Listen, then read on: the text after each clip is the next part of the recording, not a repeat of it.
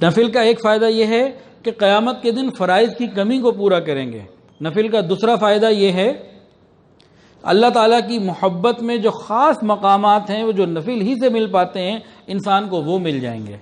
تیسرا فائدہ نفلی عبادات کا، نفلی ہے جی کون سے کو ضروری ہیں جی، یہ بڑا برا جملہ ہے، ان کی بڑی اہمیت ہے، بڑے فضائل بتائے ہیں۔ اس کا تیسرا فائدہ جو نفل پابندی سے ادا کرتا ہوگا اس کی سنتیں محفوظ، اس کے واجبات محفوظ، اس کے فرائض محفوظ۔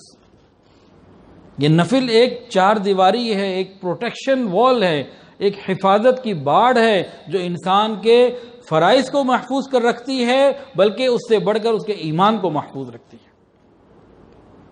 کیا مطلب؟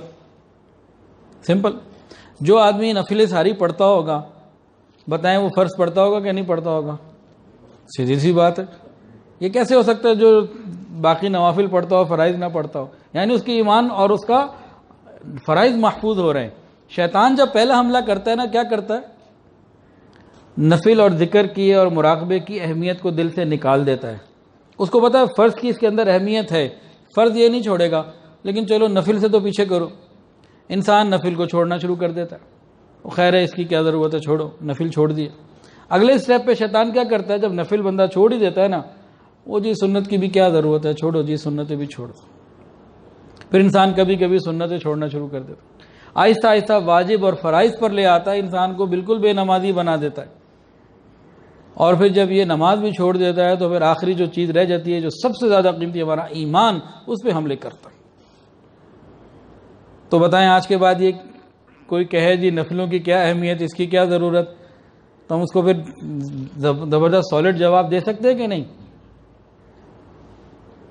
تو یہ ہم اپنے عمل میں بھی لے کر آئے۔ آج اتنا تو ہم ارادہ کریں، جیسے ظہر کی 12 رکعتیں ہیں، 12 پڑھنی ہے، 10 نہیں پڑھنی، اتنا تو ہم ارادہ کر لیں۔ تہجد اور اوابین، چاشت، وہ بھی نہیں بھی ہم کرتے، اول تو اس پر آئیں، لیکن کم سے کم جو نمازوں کے ساتھ نفل جوڑے ہوئے ہیں وہ تو رکھے نا۔ ہمارے نمازوں کی کمی پوری ہوگی، قیامت کے دن اگر ہمارے نماز میں کمی نکل آئی کہاں سے پوری کریں گے بھائی بتائیں؟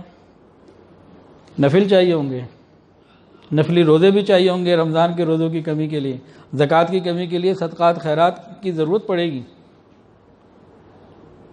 تو ہم اس کے لیے محنت کریں۔ مغرب کی کتنی پڑھیں گے؟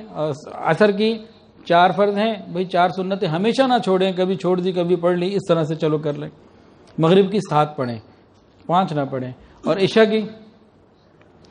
کی بھائی نہیں 17 نہیں ہے تو بھاگ جائیں گے سارے، آئندہ اگلی بزرگ تھے کوئی بھی نہیں ہونا کہ مولوی صاحب کہیں نا 17 پڑھو، ایسے 9 کوئی نہیں پڑھتا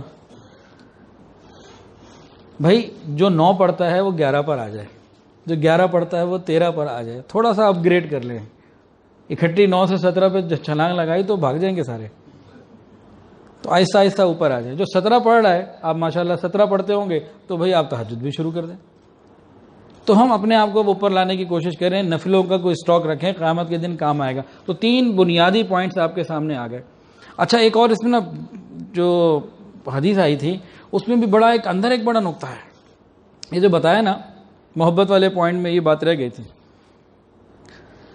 کہ میں اس کی آنکھ بن جاتا ہوں، اس کے کان بن جاتا ہوں، زبان بن جاتا ہوں، ہاتھ بن جاتا ہوں، اس طرح کے مختلف اعضاء کا ذکر جو فرمایا، کیا مطلب؟ بہت خوبصورت مطلب، علماء نے بڑی، اللہ جزائے خیر دے، علماء کرام کو بہت کھول کے رکھ دیا ساری چیز کو۔ فرمایا یہ جو اللہ کہہ رہے ہیں نا تو کہ میں تمہارے ہاتھ پاؤں اور یہ بن جاتا ہوں، اعضاء بن جاتا ہوں، اس سے کیا مراد ہے؟ تو انہوں نے بتایا کہ دیکھو بھائی ان اعضاء سے ہم اپنے کاموں میں مدد لیتے ہیں، کوئی چیز پکڑنی ہے، دینی ہے، کہیں آنا جانا ہے، کوئی بھی اپنے ہم کام ہے تو انہی اعضاء سے، کہیں آنا جانا ہے تو ان اعضاء سے ہم کام لیتے ہیں۔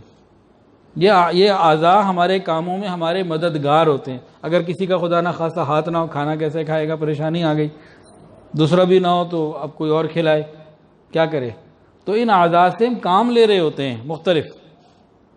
یہ جو بتایا کہ میں اعضاء بن جاتا ہوں، مطلب یہ کہ تمہارے کاموں میں تمہارا معین اور مددگار بن جاتا ہوں۔ کتنی خوبصورت بات ہے۔ اگر ہم نفلوں کی پابندی رکھیں گے، اللہ ہمارے مددگار ہوں گے، بتائیں پھر ہمیں دنیا کی پریشانی تو کوئی نہیں رہے گی جب اللہ ہی ہمارا مددگار ہو۔ ایک پوائنٹ۔ دوسرا پوائنٹ اس کے اندر وہ بھی بڑا خوبصورت، سبحان اللہ، وہ کیا ہے جی؟ ہم ان اعضاء سے اپنی حفاظت کا بھی کام لیتے ہیں.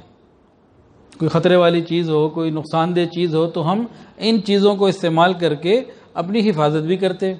ایسا ہوتا ہے کہ نہیں ہوتا؟ تو اللہ تعالیٰ فرما رہے ہیں تمہارے اعضاء جو بن جاتے ہیں. کیا مطلب؟ کہ میں تمہارے حفاظت کروں گا، تمہاری حفاظت ہوگی.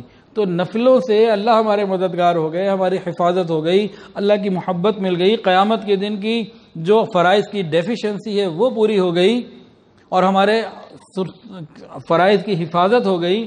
اور کتنے فائدے چاہیے بھئی نفلوں کے؟